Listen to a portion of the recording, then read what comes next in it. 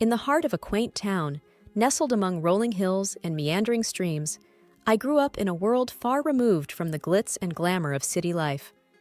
Our small, weathered house, with its creaking wooden floors and windows offering views of sprawling fields, was a universe in itself. It was here, amidst the simplicity and warmth of family love, that my story began. My parents, though not affluent, were rich in kindness and wisdom. My father, a local carpenter, had hands that were roughened by years of labor, but gentle in touch, crafting not just furniture, but also instilling in me the values of hard work and humility. My mother, a schoolteacher, filled our home with books and stories, weaving tales that sparked my imagination and nurtured my dreams. Life in our small town was unhurried and unpretentious. Neighbors greeted each other with familiarity, and community events were the highlights of our social calendar. I cherished this life, finding joy in the small pleasures, the fresh scent of earth after rain, the rustling of leaves underfoot, and the chorus of birds at dawn. It was at the local library where I first encountered Mark. He was unlike anyone I had known, a visitor from the city, with an air of sophistication yet an unassuming nature. His family was well known in the business circles, their wealth and influence reaching far beyond the city's skyscrapers. But Mark, with his easy smile and genuine interest in my mundane tales, was a refreshing anomaly in that world. Our initial conversations were tentative, like two worlds cautiously orbiting each other. He spoke of city life, the fast pace, the endless opportunities, and the dazzling lights. I shared stories of my town, the annual harvest festival, the serene walks by the stream, and the close-knit community. In those early days, we would often meet at the old park bench by the lake, our conversations stretching for hours.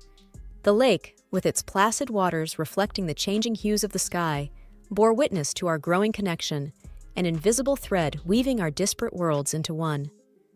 "Anna," Mark said to me one evening, his voice tinged with a vulnerability I had not seen before. "I have always been surrounded by people who care more about wealth and status. But with you, I found a serenity that I didn't know existed. You've shown me a different way of life, one that's genuine and full of warmth." His words stirred something deep within me. "Mark, where we come from doesn't define us. It's who we are when we're together that matters. You've brought a new perspective into my life, opening my eyes to dreams I never dared to have." As our relationship deepened, Mark confided in me about his family, particularly his mother, a woman of elegance but stringent expectations. He spoke of her with respect, yet there was an underlying concern in his words. "She has her own ideas about who I should be with. I'm just worried about how she'll react to, well, to us." I reached out, taking his hand in mine, feeling the slight tremor. "We'll face that together," I assured him. "Love isn't about backgrounds or expectations. It's about two people who choose each other against all odds." The day Mark proposed was as unassuming as our love. No grand gestures, just a heartfelt promise of a life together. As I looked into his eyes, brimming with hope and love, I knew this was just the beginning. The evening I was set to meet Mark's family, my nerves were on edge. The grandeur of their mansion loomed large as we approached, a stark reminder of the different worlds Mark and I came from. Mark held my hand, giving me a reassuring look. "Just be yourself, Anna. That's all you need to be." I smiled weakly, trying to quell the rising anxiety. "I just hope your mom doesn't think I'm out of place." Mark sighed, a hint of concern in his eyes. "Mom can be a bit much. Just remember, I'm here with you." As we entered the opulent dining room, Mark's mother, Marion, a statuesque woman with an air of austerity, greeted us. Her eyes quickly took me in, a flicker of disapproval passing over her face. "So, this is the young lady who's captured my son's heart. Interesting choice, Mark." Dinner was an elaborate affair, the table set with dishes I couldn't even name.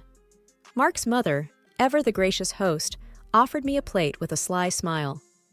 "I suppose these dishes might be a bit too sophisticated for your taste, Anna. We can get something simpler if you'd prefer." I felt a flush of embarrassment, but managed a polite decline. "No, thank you. I'm always eager to try new things." As the evening progressed, Her comments grew more pointed. She eyed my dress, a simple but neat outfit I had thought was appropriate. "Is that what passes for evening wear in your town? It must be challenging to find good clothes on a modest budget." Mark jumped in, trying to steer the conversation elsewhere, but his mother was unrelenting. "Tell me, Anna, what do your parents do? It's always fascinating to learn about different walks of life." I answered, feeling the weight of her judgment. "My father is a carpenter, and my mother is a schoolteacher." "Oh, how quaint," she replied, her voice dripping with condescendence. "Hardworking people, I'm sure, but I suppose they couldn't offer you much in the way of a financial head start." The meal continued with her taking jabs at my small-town upbringing, my parents' humble occupations, and even my salary, which she had somehow learned about. Each comment was veiled in politeness, but sharp enough to cut. Mark was visibly uncomfortable, his attempts at defending me only seeming to amuse her more. As we left, Mark's father, Daniel, pulled me aside, offering a kind smile. "Anna, you handled yourself well. Don't let her get to you. She'll come around." In the car, Mark apologized profusely. "I'm so sorry, Anna. I didn't think she'd be this harsh." I sighed, a mix of hurt and determination in my voice. "It's okay, Mark. I knew it wouldn't be easy, but I love you, and that's what matters." That night, as I lay in bed, the sting of his mother's words lingered. But beneath the hurt, a resolve was building. This was more than just about fitting in. It was a test of our love and my strength, and I was ready to face it head-on. As the wedding day approached, the air was thick with excitement and, unfortunately, growing tension. Marion, who had taken it upon herself to oversee the preparations, seemed to find a peculiar pleasure in belittling my ideas and choices at every turn. One afternoon, while discussing the wedding plans with Mark and his mother, the topic of the wedding dress came up. I had chosen a simple yet elegant gown that I felt reflected my personality. Mark's mother, however, had other ideas. "That dress, Anna? It's so plain. Don't you want to make a statement on your big day? After all, you're marrying into the family," she said, her voice laced with a patronizing tone. Mark squeezed my hand under the table, giving me a supportive look. "Mom, Anna looks beautiful in that dress. It's her choice, and it's perfect." But his mother was relentless. "Oh, Mark, let's be realistic. This is a high-profile event. People expect a certain standard. Anna, dear, you should consider something more fitting of our family's status." I tried to keep my voice steady, though I felt a sting at her words. "I appreciate your concern, but I really love my dress. It's special to me." Her response was a dismissive wave. "Well, it's your day, I suppose. But remember, it's not just about you. It's about how you represent us, too." As the days went by, her comments became more frequent and cutting. Marion criticized the flower arrangements, the menu choices, even the invitations. Each remark was a subtle dig at my background and my inability to meet her lofty standards. Mark and I had many conversations about this, often late into the night. "I can't believe she's being so difficult," Mark would say, frustration evident in his voice. "I wish she could just see how amazing you are, how you make me happy." I would lie there, feeling his arms around me, a mix of love and sorrow in my heart. I knew it wouldn't be easy, marrying into your family, but I didn't expect it to be this hard. The wedding day dawned bright and clear, a stark contrast to the turmoil churning within me. My parents and I had worked hard to make everything perfect, despite the constant criticisms from Marion. As I dressed in my simple but elegant gown, I hoped the day would pass without incident. The ceremony was beautiful, filled with love and heartfelt vows. Mark's eyes shone with affection and promise as we said our I do's. However, looming over the joyous occasion was the apprehension of the reception to follow, particularly the speeches. As expected, Marion took the microphone, her presence commanding the room's attention. The air was thick with expectation as she began to speak. "Ladies and gentlemen," she started, her voice loud and clear, "today we have gathered to witness the union of my son Mark with Anna, let's say, a person from a different circle." Whispers spread through the guests. I felt a cold shiver run down my spine. She continued, her words sharp and unyielding. While some may commend Mark for his charitable heart in lifting a beggar from the streets, we must be cautious. It's essential to keep our family's reputation and standards high, not let them be diluted by those who are clearly freeloaders, seeking to elevate their status by clinging to a family of higher standing. The room fell into a stunned silence. My parents looked at me, their faces a mix of shock and hurt. Mark's face was a mask of disbelief and anger. The guests, a mix of our friends and Mark's high society acquaintances, looked on uncomfortably, unsure of how to react. My heart sank, and a profound shame washed over me. Her words, so cruel in public, were more than just insults. They were a deliberate attempt to shame and belittle me in front of everyone we cared about. As she concluded her speech with a forced toast to our future, the applause was hesitant and muted. The room was enveloped in an awkward silence, the joy of the occasion marred by her venomous words. Mark stood up, his voice trembling slightly. "I'm sorry, Anna. This isn't what I wanted." His eyes were apologetic, filled with a mix of love and sorrow. I looked around at the shocked faces of our guests, feeling incredibly humiliated. The weight of her words hung heavily in the air, casting a shadow over what was supposed to be the happiest day of our lives. The atmosphere at the reception was still tense following the disparaging speech by Mark's mother, when his grandmother, Mrs. Eleanor, a figure of respect and authority in the family, requested the microphone. Her poised demeanor and serious expression immediately drew the attention of all the guests. "Good evening," she began, her voice clear and firm. "I have something important to say. Anna, you have faced unwarranted criticism today, criticism that no one deserves, especially not on their wedding day." I looked up in surprise, and Mark, beside me, appeared equally astonished. Mrs. Eleanor then turned towards Marion. "It seems we have forgotten our own past and where we come from. Let me remind everyone here, especially you, that before you were the lady of this house, you were a maid working under this very roof. It was here that you met your husband." A hush fell over the room. Mark's mother's face turned a shade paler, her eyes widening in shock and embarrassment. Mrs. Eleanor continued, her tone unyielding. "So, for a former maid to stand here and scorn someone for their humble beginnings and modest means is not only ironic, but deeply hypocritical." I could hardly believe what I was hearing. The room was engulfed in a stunned silence, every guest hanging on to Mrs. Eleanor's every word. You, who rose from poverty, should be the last person to judge or belittle another based on their background. We should be proud of Anna's integrity and strength, not deride her for it. The guests shifted uncomfortably, and whispers began to circulate. Marion sat motionless, the impact of Mrs. Eleanor's words evident on her face. In this family, we value character over wealth, kindness over status. Anna exemplifies these values, and I am proud to welcome her into our family, Mrs. Eleanor concluded, her gaze softening as she looked at me. The room erupted into applause, a stark contrast to the earlier muted response. Marion sat there, completely humbled, her earlier arrogance replaced by a visible sense of shame. To be honest, I didn't feel sorry for her. Mark whispered to me, "I never expected Grandma to stand up for us like this." I squeezed his hand, feeling a mix of relief and gratitude. "She's amazing." The rest of the evening felt lighter, the air cleared by Mrs. Eleanor's candid defense. Guests approached with warm congratulations and sincere smiles. I felt that they were all on my side. It felt damn good. As we left the reception, hand in hand, I felt a renewed sense of confidence and belonging. Mrs. Eleanor's words had shifted the dynamics, breaking the insidious plan of a cruel and not the smartest woman. The days after the wedding were heavy with an unspoken tension that hung over Mark's family like a dense fog. It all came to a head during a family meeting at Mrs. Eleanor's house, where the air was thick with expectation and apprehension.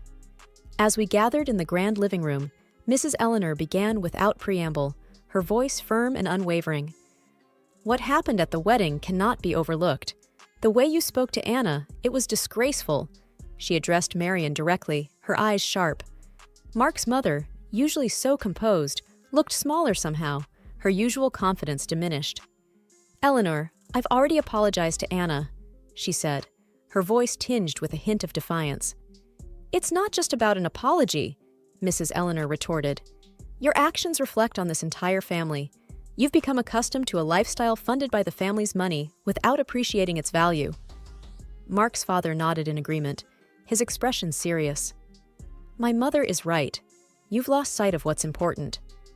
Mrs. Eleanor then laid out her decision, each word deliberate and clear. "I've decided to cut off the financial support you've been receiving. It's time you start contributing to this family instead of just taking. You'll need to find a job and learn to live within your means." The shock on Marion's face was evident. She turned to her husband, seeking support. "You can't agree with this? She can't just cut me off like this." But Daniel surprised her. "I stand with my mother on this. You've gone too far this time. It's for your own good." Marion's eyes filled with anger and disbelief, her usual poise crumbling under the weight of her new reality. Mark, who had been silent, spoke up, his voice steady. "Mom, Grandma's decision is harsh, but it's fair. You need to understand the impact of your words and actions." I sat there, watching the scene unfold, feeling a mix of sympathy and relief. Mark squeezed my hand under the table, a silent show of support. The meeting ended with Mark's mother in a state of shock, the reality of her situation slowly sinking in. She was obviously used to living at the expense of her family, and all thoughts of work caused her a migraine. I could barely contain a chuckle. As we left, Mark leaned in close. "I never thought I'd see the day when Mom would be at a loss for words, but maybe this is what she needs to change." I nodded, feeling a cautious hope for the future. Perhaps this will be a new beginning for her, for all of us. The family reckoning had been tough but necessary. It was a pivotal moment that promised to reshape the dynamics within Mark's family, hopefully for the better. The honeymoon was a welcome escape for Mark and me. As we walked along the sandy beaches, the soothing sound of the waves provided a much-needed respite from the recent family turmoil. One evening, as we watched the sunset, Mark wrapped his arm around me. "I'm sorry our wedding turned into such a drama, Anna. I wish things had been different." I leaned into him, feeling the warmth of his embrace. "It's okay, Mark. It wasn't your fault. What matters is we're together now, away from all that stress." Mark sighed, looking out over the ocean. "Yeah, but when we go back, we'll have to face the reality of my mom's situation. It's going to be tough for her." I nodded, understanding his concern. Maybe this will be a chance for her to grow, to see things from a different perspective. We spent our days exploring and our nights talking about our future. The challenges we had faced seemed to strengthen our bond, reaffirming our love to each other. On our last night, as we packed our bags, Mark looked thoughtful. "You know, Anna, everything that happened, it made me realize how important you are to me. I can't imagine going through life with anyone else." I smiled, touched by his words. "I feel the same, Mark. We've been through a lot, but it's only made our relationship stronger. We can handle whatever comes our way, as long as we're together." As we headed back home, I felt a sense of peace. The honeymoon had not only been a break from the chaos, but a time for us to solidify our bond, to prepare ourselves for the new chapter in our lives. We were returning to a changed reality, but we were doing it together, stronger and more united than ever.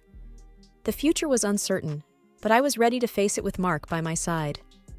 Coming back from our honeymoon, Mark and I were unsure of what awaited us at his family home. The car ride was quiet, both of us lost in our thoughts about the new family dynamics. As we arrived, the first thing we noticed was the absence of Mark's mother. Inside, we were greeted by his grandmother, Mrs. Eleanor, who wore a knowing smile. "Welcome back, you two. I suppose you're wondering about the changes here," she said, her tone light but with an undercurrent of seriousness. "Yes, where's Mom?" Mark asked, looking around. Mrs. Eleanor took a deep breath, her smile still in place. "Well, after you left, Marion caused quite a scene. Demanded that I restore her financial support. When I refused, she decided to leave. She's now living in a small apartment and, from what I hear, is looking for a job." Mark and I exchanged glances, the news sinking in. It was a drastic change from the luxurious life she was used to. "And there's more," Mrs. Eleanor continued, leaning in as if to share a secret. Your father is considering a divorce. He's had enough of her antics. Seems like she finally pushed him too far. Well, she brought it upon herself. Mark's expression was one of shock mixed with a hint of relief. I can't believe it. I mean, I knew things would change, but this is more than I expected. I reached out, touching his arm. It's a lot to take in, but maybe this is for the best. A chance for everyone to start fresh, on a more honest footing. Dinner that night was an oddly serene affair. The absence of Mark's mother felt, but not in the way we had anticipated. The conversation was more open, and for the first time in a long time, it felt like there was a real sense of family. As we drove home later that evening, Mark was pensive. I always hoped for a change, but I didn't expect it to happen like this. It's going to be a big adjustment for Mom. I nodded. It's a tough situation, but maybe it's a necessary step for her to grow, and for your dad too, to find some peace. The ride home was reflective, both of us contemplating the new reality we were returning to. The family we left before the honeymoon was not the same one we were coming back to.